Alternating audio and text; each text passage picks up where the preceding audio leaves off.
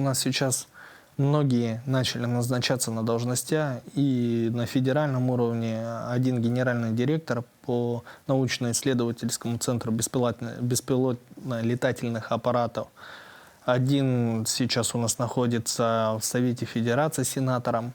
Артур Орлов возглавил движение первых на федеральном уровне. В этих людях большой потенциал заложен. Все преданы к своей родине.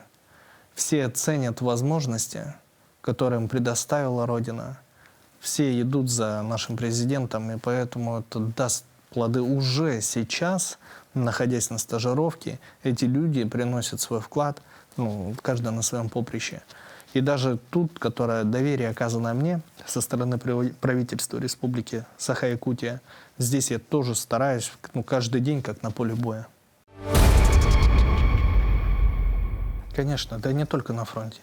В жизни до сих пор всегда, везде. Когда я даже пошел в училище, когда я покинул родину, поехал уже офицером войска, я всегда говорил про Якутию. Весь мой круг знает то, что я очень сильно люблю свою родину. И где-то я был даже там, за другими пределами, нашей республики. Я всегда говорю об этом. Всех всегда зову в гости. Посмотрите, как у нас красиво и хорошо, и какие у нас люди. Был недавно, посещал Нюрбу.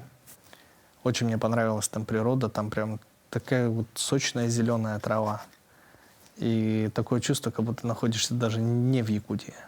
Именно эта природа такая у них сочная-сочная.